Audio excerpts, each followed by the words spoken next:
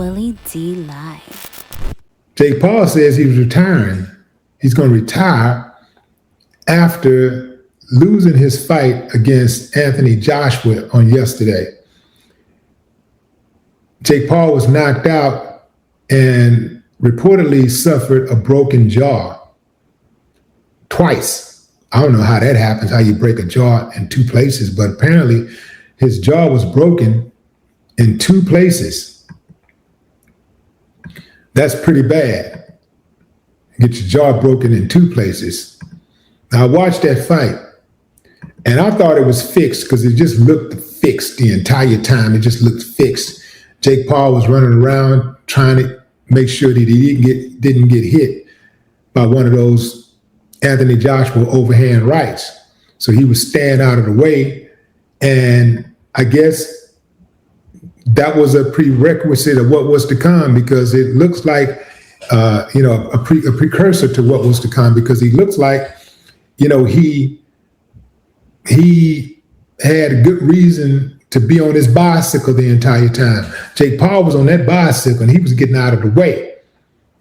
And when they finally did make contact, it didn't look good. And I think Jake Paul ran too much. I think he ran too much because he had never fought a fight where he ran the entire time. And maybe that running would have been okay for him had he been really in shape. If he had been in shape to run for 8 rounds. But he got really exhausted, and he got exhausted to the point to where he couldn't get out of the way of the punches. I don't know any of y'all who's ever been in a boxing ring before, but if you've been in a boxing ring before, it's easy for people on the outside to look at what's happening and say, man, how did he catch him? He didn't see that punch coming? Man, let me tell you something, fam. I had a fight in Austin. It's a pro fight. I had a pro fight in Austin, and I was sick. I had a cold, but I went into the fight anyway. I fought this dude. It was a 4-round fight. So I go in the first 2 rounds. When you work out for months at a time, you want to fight. You don't want to cancel a fight. Even if you're sick, if you're injured, you don't want to cancel a fight. So I wanted to fight. So I go into the fight and I'm sick. My everything messed up. But fight time come and I think I'm ready. So I get in the ring and I'm feeling pretty good. First 2 rounds, I'm doing whatever I want to do to the dude. I'm tagging him. Bing, bing, bing, bing, bing. I'm just doing whatever I want to do. 3rd round come. He starts closing the gap. Now he starts making contact. In the 3rd round, he's making contact. And he's making contact more than I'm thinking he should be able to make contact. So now he's catching me with stuff that he couldn't catch me with in the first 2 rounds because I was more alert. I was a lot more mobile. By the 4th round, I'm fighting to really survive, and now I'm trying to stay out of the way because I realize I can see the punch coming, but I can't get out the way. I see it coming, but I can't get out the way. My body won't let me get my mind saying, get your ass out the way. You finna get hit in your nose. I can't move. So now I'm trying to get on my bicycle to make sure I don't mess around and get knocked out. Luckily for me, I had built up enough of a lead to whereas I had the first 2 rounds. I dominated the first 2 rounds. He won the second 2 rounds, and they called it a draw. But yeah, when you're in that boxing ring and you get tired, you start getting exhausted, your mind can tell you to get out of the way. And those punches can come really slow, and they still gonna hit their mark because That body just won't cooperate. It will not cooperate. So Jake Paul says that he's getting out of boxing. He's going to retire now. I don't believe him. I don't believe he's going to retire. I don't believe that Terrence Bud Crawford is going to retire. Primarily because it's just too much money out there on the table. It's way too much money. Jake Paul just made damn near $100 million last night. Damn near $100 million. $100 million. You know, look, fam, I'm not going to say I'll go in knowing that I'm going to get my jaw broken for $100 million.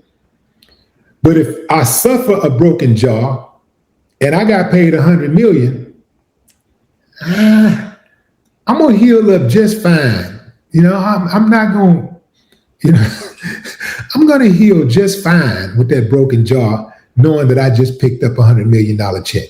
I'm going to heal just fine. Because I've had other body parts broken before and didn't get no money. I ain't get no money out of the deal. So, yeah, I can figure that out. But I don't think Jake Paul is going to retire. He is one of the biggest draws. Right now, I think he probably is the biggest draw in boxing, and he's not even what most people would consider a real pugilist. He's not really a pugilist. He's more of an entertainer, you know? He's a YouTuber, entertainer. But he's getting out there and he's boxing world-class fighters and picking up tens of millions of dollars. He made $40 million when he fought Mike. Then he doubled back and got himself $100 million out of this fight.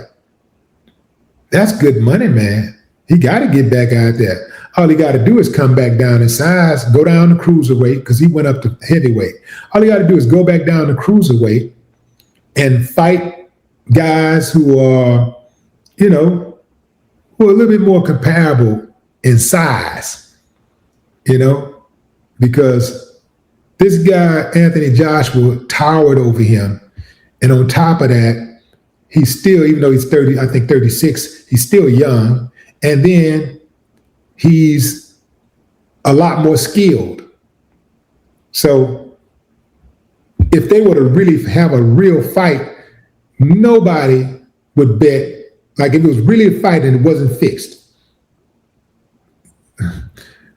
you'd be hard pressed to find somebody who would expect Jake Paul to win. You'd be hard pressed to find somebody who would actually bet on him. But turns out it looks like the fight wasn't fixed after all. I thought it was fixed. The way that they was fighting those first few rounds, I was like, oh man, look at what Anthony Joshua doing to his legacy. He's gonna destroy his legacy fighting like that. And then all of a sudden, he started turning up.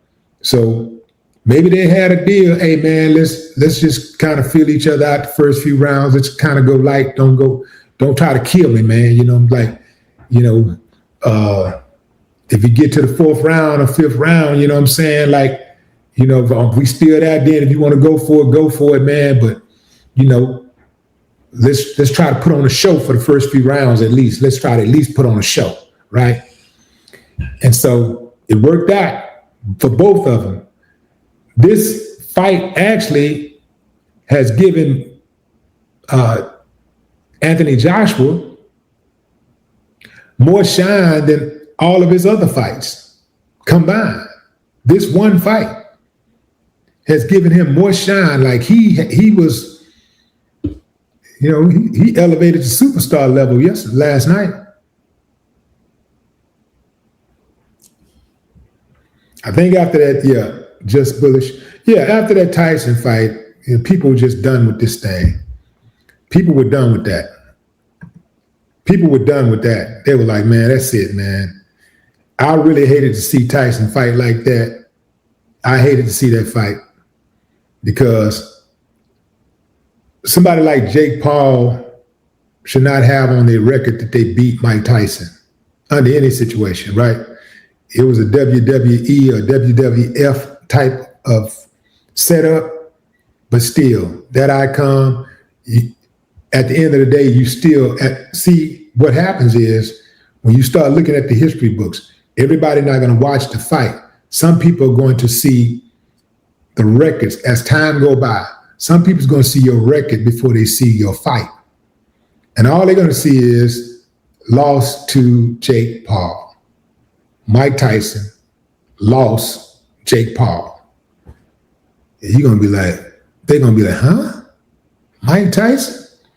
So as great as Mike was, and as much as most people still believe that Mike would beat Jake Paul in a straight up fight, it tainted his legacy some.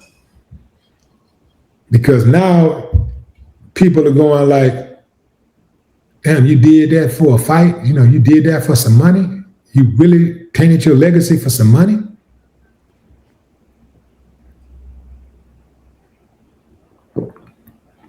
I'll add to my legacy for some money, but I'm not going to subtract from it. I'll add to it, but I'm not going in and taking an L for it. I'm not going to put an L on my legacy for some money. I'll put a W on it for some money, but I'm not going to put an L on it for some money.